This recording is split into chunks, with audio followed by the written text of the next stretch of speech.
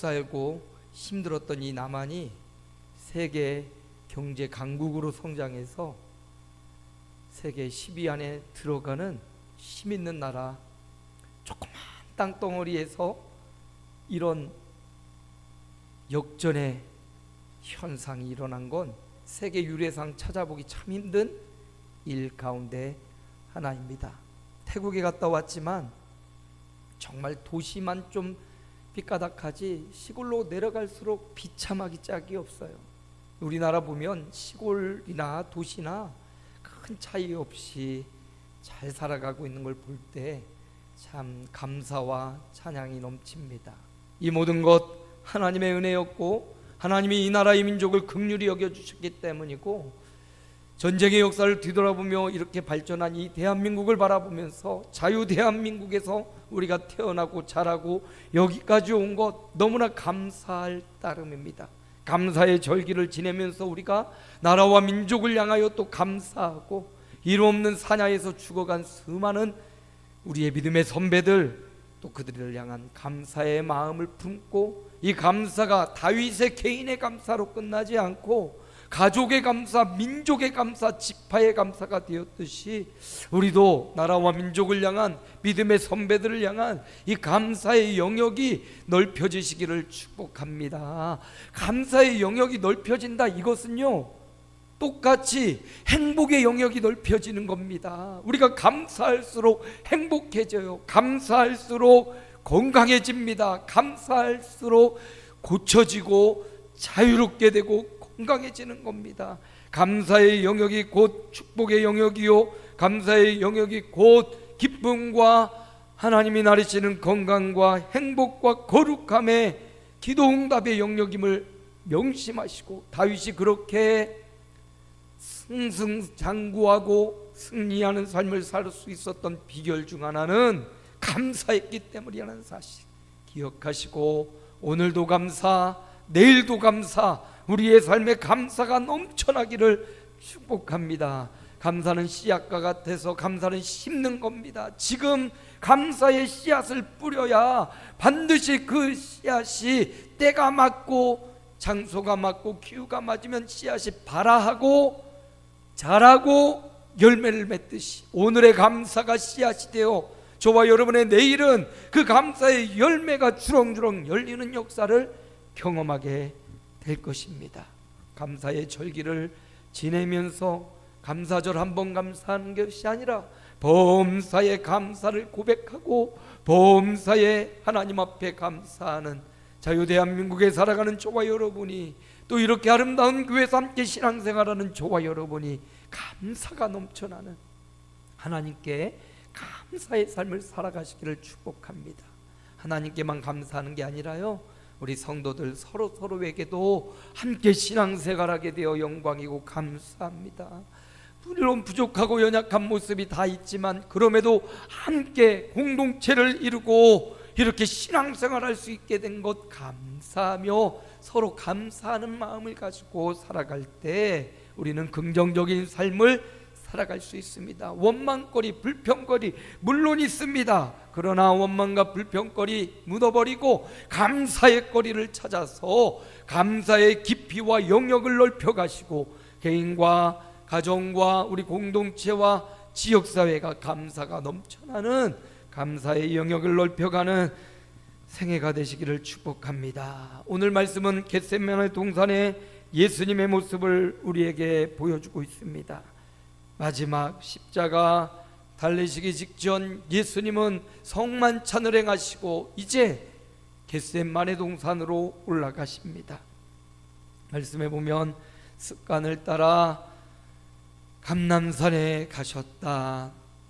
예수님은 거룩한 습관을 갖고 계셨습니다. 지금 십자가의 고난과 그 가시밭길이 바로 눈앞에 와 있습니다. 바로 그런 때에도 예수님은 거룩한 습관이 있었기에 기도하는 자리로 갈 수 있었어요. 도망가고 숨는 게 아니라 기도하는 자리로 갈 수 있었습니다. 여러분, 오늘 주님이 우리에게 말씀해 줍니다. 오늘 본문 또 다음 주까지 예수님의 겟세마네 동산을 통해서 기도해야 될 이유가 무엇인지, 그리고 어떤 마음과 자세와 태도로 기도해야 되는지 우리가 기도하면 너무나 잘 알고 있지만, 다시금 예수님의 겟세마네 동산의 기도, 예수님의 그 간절한 땀방울이 핏방울이 되던 그 겟세마네의 기도를 통하여 기도해야 될 이유를 발견하고 기도의 자세와 태도를 배우는 복된 이번 주와 다음 주가 되시기를 축복합니다. 이번 주는 기도해야 될 이유에 대해서 주님이 우리에게 말씀해 줍니다. 오늘 본문 말씀 잘 살펴보면 40절에 이런 말씀이 나오죠. 40절 말씀 함께 읽습니다. 그곳에 이르러 그들에게 이르시되 유혹에 빠지지 않게 기도하라 하시고, 뭐라고요? 유혹에 빠지지 않게 기도하라. 기도해야 될 이유가 있습니다. 유혹에 빠지지 않으려면 기도해야 됩니다. 여러분, 또 하나 말씀 오늘 본문에 이어서 46절에도 나와요. 46절 말씀도 함께 읽습니다. 이르시되 어찌하여 자느냐, 시험에 들지 않게 일어나 기도하라 하시니라. 기도해야 될 이유가 또 나오지요. 무엇에 들지 않으려면, 시험에 들지 않으려면 깨어서 기도해야 된다. 유혹과 시험, 여기 유혹과 시험이라는 원어를 살펴보면 똑같은 단어입니다. 페이라조라는 똑같은 단어예요. 이 페이라조라는 단어는 한글 성경에는 세 가지로 번역이 가능합니다. 첫째는 말 그대로 유혹이에요. 유혹. 이 유혹은 우리가 좋아하는 것으로 대부분 유혹이 다가옵니다. 사단의 유혹은 내가 혹하기 쉬운 것, 내 약점, 내가 좋아하는 것, 그게 약점이잖아요. 내가 너무 좋아하는 그것이 나의 약점이 될 경우가 많습니다. 자녀를 너무 사랑하면 그 자녀를 볼모로 나를 유혹하고 나를 위협하는 거, 그게 약점이 돼요. 내가 물질을 너무 좋아하잖아요. 그 물질로 우리를 유혹하고 우리를 가스라이팅하고 우리를 꼼짝없이 만들어요. 내가 이성을 좋아하면 그 이성이 나의 올무가 되고 나의 약점이 되는 거예요. 내가 건강 이런 것들에 대해서 굉장히 민감하면 그것이 또 오히려 우리의 올무와 유혹거리가 되더라고요. 건강을 쳐서 우리의 몸에 아픔과 고통이 올 때 그것이 우리의 유혹거리가 되고 위협거리가 되는 겁니다. 유혹이에요. 또 하나는 시련입니다. 시련. 이 똑같은 페이라조라는 단어가 시련으로 해석되기도 해요. 시련은 어렵고 힘든 거죠.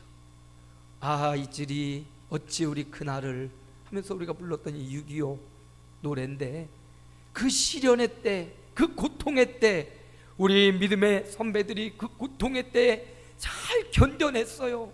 다 도망가고 다 떠나갔으면 어찌 우리 대한민국이 여기 이렇게 설 수 있겠습니까?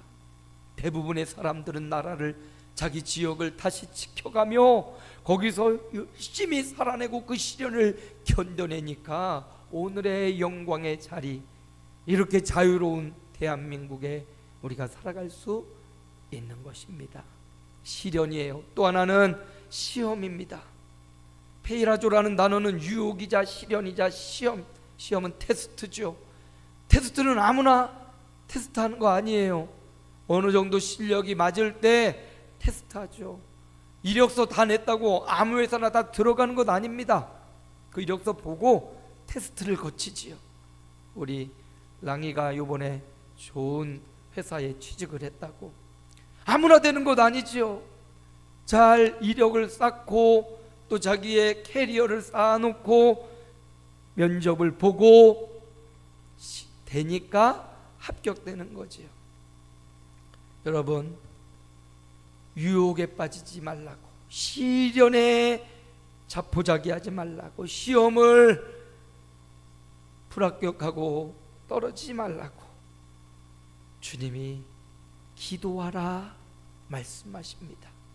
기도하지 않으면 유혹에 넘어가요. 기도하지 않으면 시험에 들어가요. 기도하지 않으면 시련을 견뎌낼 수 없습니다. 그러므로 우리 주님이 겟세마네 동산에서 우리를 향하여 말씀하시는 겁니다. 유혹에 빠지지 말고, 시련에 자포자기 넘어지지 말고, 시험에 들지 않도록 뭐하라고? 기도하라고. 기도 외에는 이 유혹을 물리칠 수 있는 게 없다고, 기도 외에는 이 시련을 견뎌낼 수 있는 게 없다고, 기도 외에는 이 시험에 이길 만한 것이 없다고 말씀하시면서 우리 주님이 오늘 저와 여러분에게 기도하는 삶을 당부하고 보여주고 계십니다. 여러분, 믿음 생활 잘해도 유혹이나 시련이나 시험은 와요. 믿음 생활 잘한다고 유혹도 없고 시련도 없고 시험도 없는 게 아닙니다. 믿음 생활 잘하던 아브라함에게도 독자 이삭을 낳는 믿음을 보였지만 그 후에 하나님이 아브라함을 시험하려 내 독자 이삭을 모리아 산에서 바치라, 시험이 오는 거예요. 그런데 하나님이 또 감당할 시험에는 허락지 아니하신다고. 왜 나에게 이런 시험과 시련과 유혹이 오는가? 감당할 수 있으니까 나에게 이런 시련과 시험이 있는 겁니다. 그러므로 감당할 수 있으니 주님이 나에게 주셨음을 믿고 여러분에게 당면한 유혹을 물리치고 시련을 견뎌내고 시험에 통과하시기를 축복합니다. 기도해야 됩니다. 믿음이 좋은 사람이나 믿음이 연약한 사람이나 똑같이 시험은 오고 똑같이 유혹은 와요. 그런데 중요한 건 기도하는 사람에게는 유혹에 빠지지 않고요, 시험에 들지 않는다, 이렇게 말씀하셔요. 누구나 다 유혹과 시련과 시험이 오지만 기도하는 사람, 평상시 예수님처럼 습관을 따라 감람산으로 기도하는 사람은 십자가를 가기 위해서 검과 몽치를 들고 오는 사람이 올지라도 그 시험에 빠지지 않아요. 유혹에 빠지지 않고 시험에 들지 않아요. 반대로 하나님과 기도하지 않으면 작은 일에도 유혹에 넘어갑니다. 시련을 못 참고 넘어져요. 시험에 들어버려. 시험에 들지 말아야 되는데 목사님의 한마디 혹은 성도들의 한마디 듣고 연약한 자 기도하지 않으면 시험에 들더라는 거예요. 그래서 주님이 우리에게 기도해야 될 이유를 말씀해 줍니다. 이 땅을 살아가면서 끊임없이 유혹과 시련과 시험이 오지만 기도해라. 기도하면 유혹을 물리칠 수 있다. 시련을 견뎌낼 수 있다. 기도하면 시험에 들지 않고 시험에 합격할 수 있다. 그러므로 성도 여러분, 기도해야 될 첫 번째 이유는 유혹과 시험에 들지 않기 위해서 우리는 기도하는 삶을 살아야 됩니다. 아무도 자만할 수 없지요. 그러므로 주님 닮아 습관을 따라 기도하는 하나님의 백성들 되시기를 축복합니다. 두 번째, 왜 우리가 기도해야 됩니까? 오늘 본문 말씀 42절입니다. 함께 읽어봅니다. 이르시되 아버지여, 만일 아버지의 뜻이거든 이 잔을 내게서 옮기시옵소서. 그러나 내 원대로 마시옵고 아버지의 원대로 되기를 원하나이다. 기도해야 될 두 번째 이유는 우리가 연약하기 때문입니다. 우리가 완전하고 완벽하다면 우리의 뜻이 그대로, 우리의 계획이 그대로 이루어집니다. 그러나 우리는 연약해요. 작은 것 하나에도 무너지기 쉽고 연약해지기 쉽고, 또 내가 바라고 계획한 바가 이게 선한 것인지 이게 올바른 것인지 이게 맞는 것인지 분별력이 부족합니다. 지혜도 부족합니다. 그래서 기도해서 아버지의 뜻을 찾고자 기도하는 거예요. 내 뜻을 관철시키려고 기도하는 것 아닙니다. 세상에 수많은 종교가 있습니다. 불교도 있고 마음의 특교도 있고 수많은 이단 종파도 있고, 대부분 그들의 기도는 뭐냐? 자기중심적으로 자기가 믿는 신을 명령하여 내 소원을 이루려고 하는 게 그들의 기도예요. 내 소원을 이루려고 해. 자기 중심, 내 원하는 문제, 내 아들, 내 딸 대학 합격, 취직, 뭐 내 문제, 자기 중심으로 신을 이용하는 게 세상의 종교란 말입니다. 예전에 마을마다 입구마다 큰 나무가 있으면 그 나무에 돌을 갖다 쌓았어요. 성황당 해가지고 이게 뭐냐, 마을을 지켜주는 신에게 비는 거예요. 그래서 그 나무 밑에 막 이상한 무당이 막 굿한 그런 끈들도 걸려 있고, 사람들은 거기다가 돌 3개씩을 탑처럼 싸고 거기다가 고개를 조아리고 우리 마을을 지켜주십시오. 성황당이 있었단 말이죠. 우리 마을에도 대전에 살 때, 못 사는 동네 살 때 거기도 보면 성황당이 있어서 거기 그 마을 지나갈 때마다 돌 3개 애들이 막 집어 던지고 올리고 기도하는데, 저는 교회를 다녔기 때문에 뭐야 안 해, 나는 하나님을 믿어 하고 그랬던 기억이 납니다. 뭐예요? 우리 마을을 지켜준다는 건 나를 지켜달라는 거고, 신을 이용해서 내가 보존받고 내가 잘 살고 내 소원이 이루어지는 거죠. 아라비안 나이트에 보면 알라딘이 램프를 발견하죠. 그 램프에 지니의 신이 있어요. 이걸 문지르면 거기서 신이 슉 나타나갖고 3가지 소원을 말하라, 그럼 3가지 소원을 들어주리라. 이것도 보면 자기의 신적인 권능을 활용해서 자기 중심적으로 자기 문제를 해결하는 거, 이게 세상의 기도란 말입니다. 그러나 기독교의 기도, 우리가 믿는 종교의 우리가 믿는 하나님의 기도는 틀려요. 이 기도는 내 계획과 뜻을 세워놓고 이 뜻대로 만들어 주십시오, 이게 아니라 내 계획은 이거지만 하나님의 뜻은 무엇입니까? 창조주 하나님의 원하시는 바는 무엇입니까? 그래서 기도해야 될 이유가 뭡니까? 창조주의 뜻에 내 삶을 맞추기 위해 기도하는 거예요. 내 뜻에 하나님 맞춰주십시오, 이건 기도가 아닙니다. 협박입니다. 기도는 하나님의 뜻이 무엇입니까? 당신의 뜻을 알려주옵소서. 그리고 그 뜻을 따르겠습니다. 예레미야에 보면 이런 말씀이 나와요. 함께 읽어볼까요? 42장 3절인데요 당신의 하나님 여호와께서 우리가 마땅히 갈 길과 할 일을 보이시기를 원하나이다. 백성들이 예레미야에게 부탁하는 말입니다. 정세는 지금 북쪽에 바벨론이라는 신흥 왕국이 아주 큰 힘으로 공격해와서 나라들을 집어삼키고 있어요. 예레미야 시대 사람들은 지금 우리가 누구에게 가야 됩니까? 저 무시무시한 바벨론입니까? 아니면 예전부터 강력했던 애굽, 이집트입니까? 그들은 생각하기를 새로 생겨난 저 아수르 뒤에 일어난 바벨론은 너무 무시무시하고 두려워요. 여전히 예전부터 강성한 나라였던 애굽은 든든하고 우리가 가면 도와줄 것 같습니다. 그러니까 그들은 이미 결정해 놨어요. 예레미야가 어떤 답을 가져오든 우리는 애굽으로 갈 거야 결정해 놓고 예레미야에게는 기도해 보십시오. 여호와 하나님께서 마땅히 갈 길과 할 일을 보여주실 겁니다. 예레미야가요 기도합니다.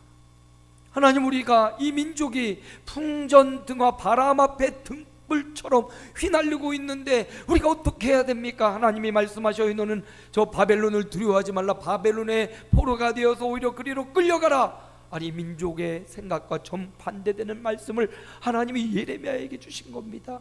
마땅히 갈 길과 할 일을 알려주셔요. 바벨론으로 끌려가는 거 두려워하지 말라. 내가 반드시 너희를 돌아오게 할 것이다. 이런 말씀을 갈 길과 할 일로 알려주셨습니다. 그런데 이스라엘 백성들은 어떻게 합니까? 예레미야가 받은 응답의 말씀, 하나님이 갈 길과 할 일을 알려주시는데 하나님이 알려주시는 그 갈 길과 할 일을 알고도 그 길로 안 가요. 자기 갈 길로 가버려요. 예레미야를 통하여 주신 말씀은 그냥 참고용으로 받아들였고 그냥 많은 의견 중에 하나로 받아들이고요. 그리고 여전히 자신들이 세웠던 계획, 자신들의 생각, 자신들의 느낌, 자신들의 경험을 따라서 애굽으로 가버립니다. 이건 기도가 아니에요. 기도해야 될 이유는 마땅히 갈 길과 할 일을 하나님께 받아서 그거에 내 삶을 맞추고, 내 계획은 애굽이고 내 계획은 이제 생각과 계획과 내 감정은 애굽이지만 하나님은 바벨론으로 가라 하시면 자기의 계획을 내려놓고 생각을 내려놓고 하나님 말씀을 따라 가야 되는데, 기도하고도 하나님의 명령을 따르지 않는 것, 어리석은 말로로 가게 됩니다.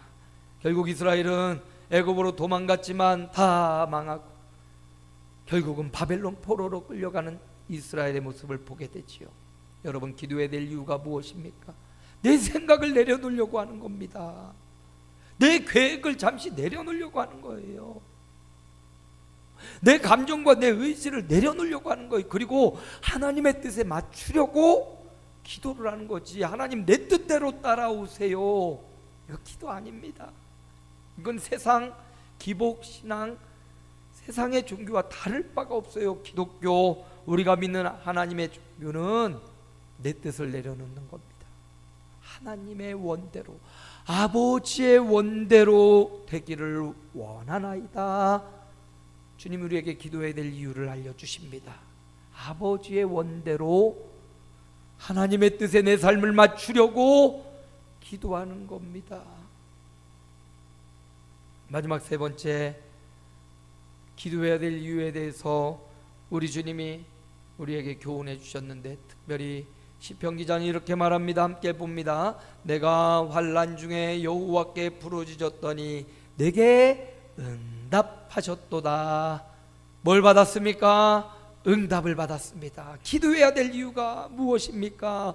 환난 중에 여호와께 부르짖어 기도하면 살아계신 하나님, 인격적인 하나님, 답하시는 하나님은 우리에게 응답해 주시는 겁니다. 집에 사람이 있으면 부르면 대답해야 인지상정이지요.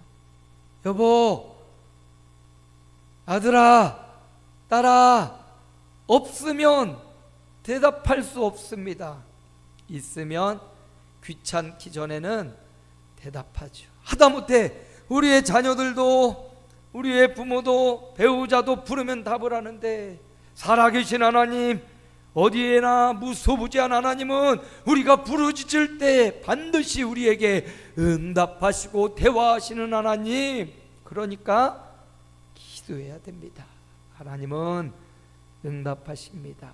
하나님의 선하신 뜻을 알려주시고요, 하나님의 기쁘신 뜻을 알려주시고요, 예레미야 말씀처럼 갈 길과 할 일을 말씀해 주시는 분, 응답하시는 분, 그분이 우리 하나님이십니다. 43절 오늘 본문 말씀이죠. 함께 읽습니다. 천사가 하늘로부터 예수께 나타나 힘을 더하더라. 기도하는 그 시간, 우리 주님이 기도하는 그 시간, 천사가 하늘로부터 예수께 나타나 힘을 더하더라. 기도해야 될 이유가 있습니다.